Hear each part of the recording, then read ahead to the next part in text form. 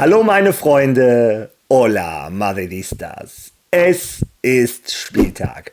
Nach einem absoluten La Liga-Chaos, als sie das Spiel von Real Madrid verschoben hatten, von Sonntag auf Montag. Aber die Fans gesagt haben, was ist hier los? Wir haben ja für Montag schon unsere Rückflüge, müssen wieder montags zurück auf der Arbeit sein, etc. pp. Hat La Liga einen Rückzieher gemacht und den Spiel wieder von Montag auf Sonntag verlegt, auf unbestimmte Uhrzeit. Um dann einige Stunden später zu sagen, ach, wisst ihr was, es bleibt doch bei Sonntag 19 Uhr. La Liga ist ein absolutes Chaos. Wie dem auch sei, heute um 19 Uhr trifft Real Madrid auf Sevilla. Und auch wenn es im Spiel an sich um nichts mehr geht, muss ich sagen, ich habe verdammt Bock, dieses Spiel zu sehen. Dieses Real Madrid hat mir am Mittwoch gegen Mallorca so viel Spaß gemacht, so eine neue Energie versprüht, dass ich mich richtig auf das Spiel freue, und deshalb gibt es natürlich heute auch ein Watch-Along und du bist wieder herzlich eingeladen. Lasst uns zusammen Spaß haben. Und ja, ich entschuldige mich, natürlich gibt es heute auch meine Aufstellung für das Spiel heute Abend. Aber vielmehr geht es darum in dem Video, dass Real Madrid händeringend einen neuen Mittelfeldspieler sucht. Xabi Alonso hat Real Madrid klargemacht, ich brauche einen neuen Motor für dieses Real Madrid. Und ein deutscher Nationalspieler, ein Spieler aus der Bundesliga, ist der Spieler, der anscheinend die besten Karten hat. Aber er ist nicht der Einzige. Viel Spaß beim Video.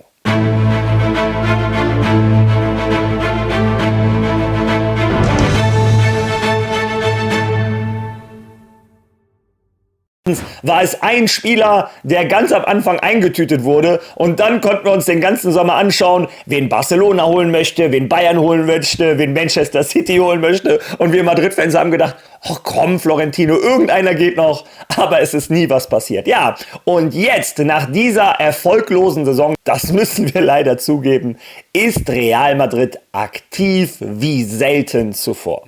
Ihr habt es alle mitbekommen. Carlo Ancelotti geht, Xabi Alonso kommt und er möchte sein neues Real Madrid aufbauen. Dafür hat Real Madrid ihm bereits Trent Alexander-Arnold zur Seite gegeben und auch Dean Huijsen, denn ja, Real Madrid hat es gestern offiziell gemacht. Und ich nenne den Mann Dean Huijsen, aber eigentlich heißt er so.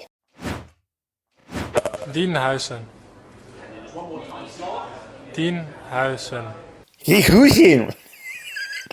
Ich habe keine Ahnung. Ja, wie dem auch sei. Ja, Dean Huijsen, so werde ich ihn nennen, ist endlich offiziell. Real Madrid hat es bekannt gegeben. Der Spanier unterschreibt bis 2030 und ich drücke ihm die Daumen, dass er unter Xabi Alonso zu dem Spieler wird, den wir uns alle erhoffen. Und wie gestern in dem Video schon bereits mitgeteilt, hört es da nicht auf. Vor der Club-WM sucht Real Madrid noch händeringend einen linken Verteidiger, weil sowohl ein Xabi Alonso als auch Real Madrid weder Ferland Mendy noch Fran Garcia diese Position bei Real Madrid zutrauen. Ja, wie dem auch sei, gestern habe ich euch berichtet, dass Álvaro Carreras der Spieler ist, der zurzeit die besten Karten in der Hand hat, aber auch er ist nicht der einzige Spieler. Ja, und wie dem auch sei, nachdem diese 3 Transfers getätigt worden sind, möchte Real Madrid trotzdem noch aktiv auf dem Transfermarkt bleiben, denn nach der Club-WM möchte Real Madrid noch einen neuen Mittelfeldspieler haben. Einen Granit Xhaka für Real Madrid quasi. Ein Spieler, der sich im Spielaufbau zwischen die Innenverteidiger fallen lässt, den Ball abholt, den Ball sicher nach vorne transportiert. Ein Spieler, der quasi in Spanien sagt man, der Motor der Mannschaft. Ja, und wer da in Frage kommt und was aktuell der Zeitplan von Real Madrid ist, das hat gestern La Cope erfahren. Hört da einmal rein.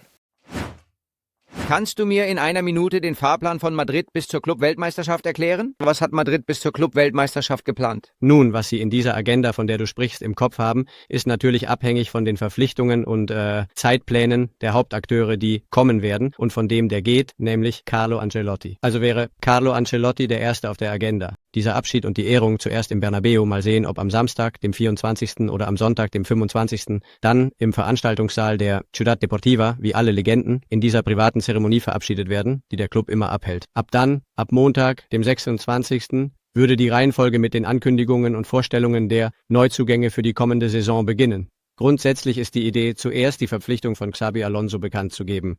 Anschließend die von Alexander Arnold, an dritter Stelle die von Haus N, und man würde auch versuchen, in diesen ersten 10 Tagen die Verpflichtung des linken Außenverteidigers bekannt zu geben. Carreras ist im Gespräch, er gefällt sehr. Auch Grimaldo, das berichten wir ja schon, aber gestern Abend, fast schon heute früh, sagte man mir, ja, diese beiden Namen sind wichtig, wir arbeiten daran, aber es gibt auch noch andere. Das wären die 3, die zusammen mit Xabi Alonso, also Alexander Arnold, Hauswo und dem linken Außenverteidiger, das Ziel ist, dass sie bei der Club-Weltmeisterschaft dabei sind. Und dann das Thema defensives Mittelfeld, da liegen auch mehrere Namen auf dem Tisch. Das würde man später angehen. Im Moment sind die Namen, die meist genannt werden, der deutsche Stiller aus Stuttgart, Reinders, der Niederländer, vom Milan und Ezequiel Palacios von Leverkusen, den Xabi Alonso sehr gut kennt. Perfekt. Ja, wie ihr gehört habt, Real Madrid möchte es natürlich vernünftig angehen. Zuerst einmal soll Carlo Ancelotti gebührend verabschiedet werden. Danach logischerweise zuerst Xabi Alonso, Trent Alexander-Arnold, Dean Huijsen und dann der linke Verteidiger. Aber wie ihr gehört habt, Álvaro Carreras ist noch nicht zu 100% fix. Sie haben auch von einem Grimaldo geredet, etc. Gestern hat Fabrizio Romano dazu noch was gesagt, aber er hat auch klargestellt, ein Theo Hernandez, da war bis jetzt noch gar kein Kontakt, etc. Aber Real Madrid hat sich auf Álvaro Carreras noch nicht zu 100% festgelegt. Er ist aber der Spieler, der zurzeit die besten Karten hat. Aber wie gesagt, heute im Video geht es nicht um den linken Verteidiger, es geht um diese Mittelfeldposition. Und da, wie ihr gehört habt, die verschiedenen Namen Angelo Stiller, ich will immer Stiller sagen, also Angelo Stiller, Dean Reinders und Ezequiel Palacios. Das sind die Namen, die Koppe in den Topf geschmissen hat. Und dann haben andere Quellen natürlich noch andere Namen genannt. Ich komme auch gleich noch zu einem anderen. Aber der Name, der am meisten genannt wird, und zwar sei es Marca, AS etc., alle Journalisten, ist tatsächlich Angelo Stiller vom VfB Stuttgart. Und ein kleiner Fun-Fact, den viele von euch wahrscheinlich schon wissen, aber für diejenigen, die es nicht wissen, Toni Kroos hat diesen Angelo Stiller an Real Madrid empfohlen. Er wäre die perfekte Lösung und Toni Kroos' Wort hat in Madrid gewischt. Also weiß Gott, wie sehr das auch eine Rolle gespielt hat dafür, dass Angelo Stiller tatsächlich anscheinend der Spieler ist, der zurzeit bei Real Madrid am heißesten gehandelt wird. Aber ihr kennt mich, auf meinem Kanal versuche ich noch einen Schritt weiter zu gehen. Und ich habe nicht nur Toni Kroos, sondern ich habe Folgendes für euch gefunden. Erstmal zu den beiden Jungs. Also ich denke, die haben eine große Zukunft vor sich. Den Pavlovic kannte ich schon vorher, habe auch mit ihm schon trainiert gehabt. Also sehr guter Junge. Aber ich muss ehrlich sagen, ich bin schon ein bisschen Fan von dem Angelo Stiller, weil ich habe jetzt gegen ihn in der Champions League gespielt und mir hat vor allem seine Ruhe gefallen. Seine Ruhe am Ball, war kaum nervös. Also wirklich große Zukunft vor sich und wenn er fit bleibt, kann er alles erreichen, definitiv. Ja, neben Toni Kroos, der andere Deutsche bei Real Madrid, auch ein Antonio Rüdiger, ist ein Riesenfan von Angelo Stiller. Und er wurde nicht einfach nur nach Stiller gefragt, er wurde gefragt in der Pressekonferenz nach Pavlovic und Stiller. Und normal, ein Profi sagt immer Gutes über seine Teamkollegen. Aber als er die Wahl hatte zwischen Pavlovic, der ein Monsterfußballer ist, und Stiller, hat er sich schon für Stiller ausgesprochen.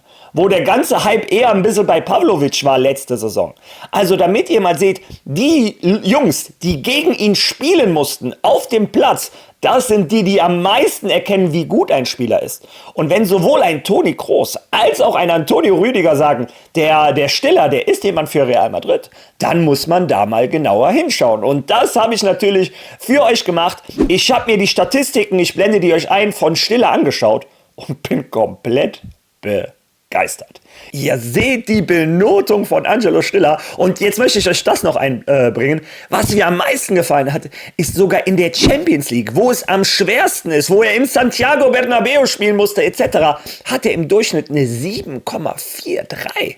Das ist eine überragende Benotung. Und ich dachte, ui, lass uns den mal genauer angucken. Und ich habe ihn ein bisschen verglichen mit einem Granit Xhaka, weil die Rolle soll er ja mehr oder weniger übernehmen. Und wenn ihr euch jetzt mal den Vergleich anschaut, also der Grüne drumherum, das ist Angelo Stiller, der ist einem Granit Xhaka über die letzten 3 Jahre ist diese Statistik in allen Bereichen überlegen. Und ein Granit Xhaka hat wahrscheinlich die besten 3 Jahre seiner Karriere bei Leverkusen gefühlt gespielt. Also, das hat mich schon beeindruckt. Und wenn wir dann noch einen Schritt weitergehen und ihn vergleichen mit den Spielern von Real Madrid, die diese Position in dieser Saison so ein bisschen gespielt haben. Tchouaméni ist ein anderer Typ, das ist ein Defensiver, aber wir reden jetzt hier über einen Spielgestalter. Ein Dani Ceballos, ihr seht es, ist ihm in allen Belangen klar unterlegen. Der Einzige, der mehr oder weniger ein Klon von ihm ist, von den Benotungen her, ist Luka Modric. Zieht euch das rein. Also, und wir reden über die letzten 3 Jahre, da war ein Luka Modric auch nochmal 3 Jahre jünger. Also, das sind schon beeindruckende Stats von Angelo Stiller. Wie gesagt, vor dem Wechselfenster hätte ich nicht gedacht, dass das ein Kandidat für Real Madrid ist.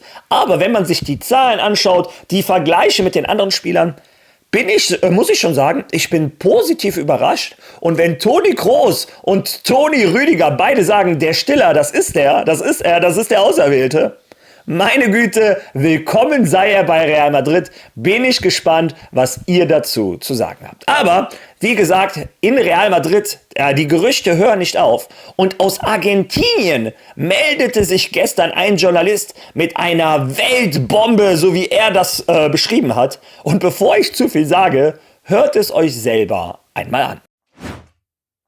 Ich habe eine Bombe von der Scaloneta-Weltmeisterschaft. Ein Mitglied der argentinischen Nationalmannschaft. Wird beim besten Club der Welt spielen. Also, Boca, willst du damit sagen? Nein, nicht Boca. Bei Real Madrid. Bei Real Madrid. Weißt du, warum ich das erfahren habe? Sie haben sich schon Häuser in Madrid angeschaut. Und der das Haus empfohlen hat, ist Julian Alvarez. Enzo Fernandez hat sich bereits zusammen mit Valentina Cervantes ein Haus in derselben Gegend angesehen, in der auch Julian Alvarez wohnt. Er hat aber noch nicht unterschrieben. Sie sind beste Freundinnen. Sie haben schon Häuser zum Kauf in Madrid angesehen. Im selben Viertel, wo Julian Alvarez wohnt. Enzo Fernandez kommt zu Real Madrid. Laut diesem argentinischen Journalisten. Er hätte Insider-Informationen, dass er bereits Häuser anschaut. Seine Frau vom Enzo Fernandez ist wohl die beste Freundin von Julian Alvarez' Frau. Die haben schon nach Wohnungen in Madrid geguckt und es sei schon, er hätte zwar noch nicht unterschrieben, aber es sei fix. Enzo Fernandez kommt nach Real Madrid. Und ganz ehrlich, ich glaube daran nicht.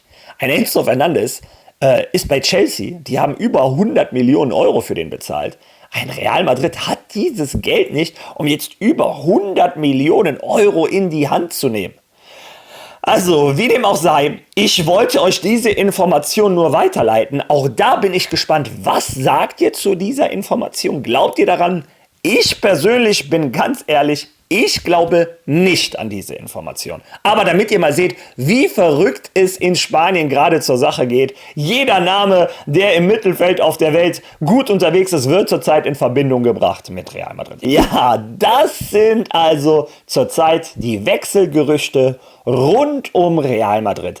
Alle sind sich klar, auch ein Fabrizio Romano hat das übrigens bestätigt. Real Madrid ist auf der Suche nach einem neuen Mittelfeldspieler und die am besten positioniert sind, wie gesagt, Stiller, Rein Diaz und Palacios, vielleicht auch Enzo Fernandez. Inzwischen habe ich auch andere Namen gehört, wie Rodri, wie McAllister, wie Guimaraes, wie Ederson. Also, die Gerüchteküche hört nicht auf, aber wie gesagt, derjenige, der anscheinend am besten positioniert ist, Angelo Stiller. Lasst eure Meinung dazu bitte in den Kommentaren. Ja, und wozu ihr auch eure Meinung lassen könnt in den Kommentaren, ist zur Nominierungsliste von Real Madrid. Was ist das? Was ist das für eine Abwehrreihe? Meine Güte, nicht mal Saarbrücken würde dir diese Abwehrreihe unterschreiben.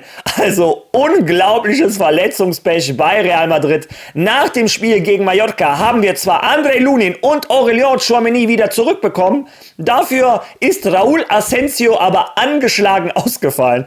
Und wie ihr seht, wir wissen nicht, wer heute Abend in der Innenverteidigung spielen soll. Meine Vermutung gebe ich jetzt gleich im Anschluss an euch weiter. Aber absolut verrückt, dieses Verletzungspech von Real Madrid. Wobei ich auch glaube, der ein oder andere denkt sich, naja, ich ruhe mich mal vor der Club-WM vielleicht 1-2 Wochen aus. Ja, wie dem auch sei, es ist ein Spiel, da geht es nur darum, ein gutes Gesicht zu wahren und sich anständig aus der Saison zu verabschieden. Und trotzdem gibt es hier meine Aufstellung für das Spiel heute Abend gegen Sevilla.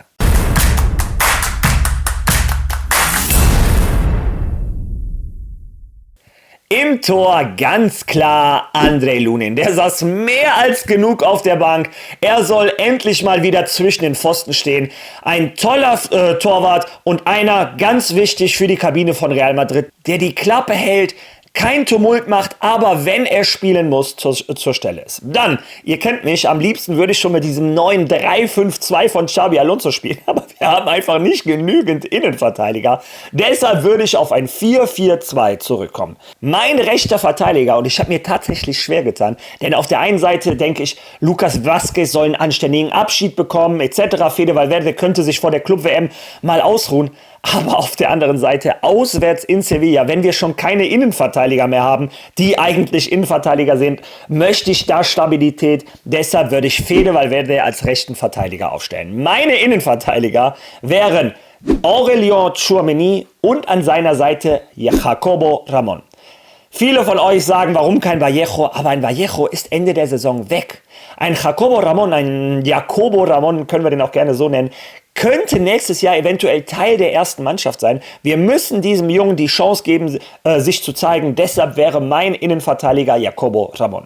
Auf der linken Verteidigerposition sehe ich das genauso. Wir wissen, ein Fran Garcia, mit dem rechnet ein Xabi Alonso nicht. Deshalb meine Wahl wäre es, endlich mal Youssef eine Chance zu geben. Das wäre mein linker Verteidiger für heute. Dann die zwei Spieler vor dieser Viererkette wären meiner Meinung nach einer davon Jude Bellingham. Ihr kennt meine Meinung. Ich finde, der Engländer sollte viel mehr in den Spielaufbau von Real Madrid eingebaut werden. Ich liebe seine Statur dafür. Ich liebe seine Technik dafür, seine Sicherheit am Ball. Für mich Jude Bellingham. An seiner Seite würde ich persönlich aufstellen Luka Modric. Hat das toll gemacht gegen Mallorca in der zweiten Halbzeit. Eine Legende, die vielleicht noch mal ein Jahr verlängert, aber nicht mehr viele Minuten bekommen soll. Also Luka Modric wäre meine Wahl an der Seite von Jude Bellingham. Links vorne Kylian Mbappé. Er soll noch alle Torschützenrekorde brechen, die es gibt. Er soll uns weiter Spaß machen. Meine Güte, war der stark gegen Mallorca. Auf der 10 der Spieler, der neben Kylian Mbappé der stärkste war gegen Mallorca. Laut Sofascore sogar der stärkste. Natürlich Arda Güler. Vor allem glaube ich immer mehr, dass ein Xabi Alonso ihn nächstes Jahr mehr in der Position sehen will, mehr in der Rolle eines Florian Wirtz. Wenn man so hört, dass in der Defensive im Spielaufbau neue Mittelfeldspieler gesucht werden, glaube ich, dass die neue Rolle von Arda Güler etwas offensiver ist und wir alle lieben es, den Türken auf der 10 im kreativen Zentrum von Real Madrid zu sehen. Ja, im rechten Flügel, da mangelt es jetzt wirklich an Alternativen und ich habe mir schwer getan, gibt man Vítor Muñoz eine Chance oder Gonzalo Garcia? Ich würde mich tatsächlich eher für Vítor Muñoz aussprechen. Gonzalo Garcia ist vielleicht der etwas bessere Spieler, ist aber eher Neuner, ist eher ein Stürmer, ein Stoßstürmer.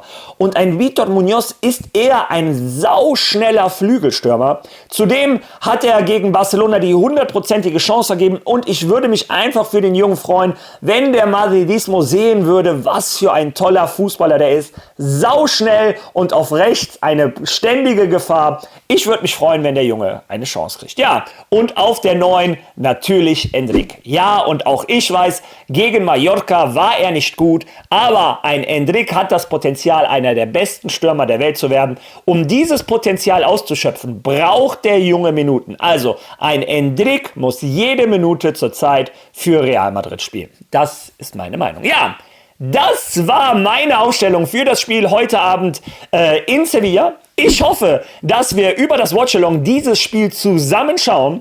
Ich hoffe auch, dass dir dieses Video gefallen hat. Wenn ja, lasst ein Like da, followen, kommentieren, teilen. Ihr wisst, wie YouTube funktioniert. Ihr tut mir einen Riesengefallen. Und wir sehen uns heute Abend wieder. Solltest du da nicht können, kein Problem. Dann sehen wir uns morgen bei meinem nächsten Video. Bis dahin. ¡Hola, Madrid!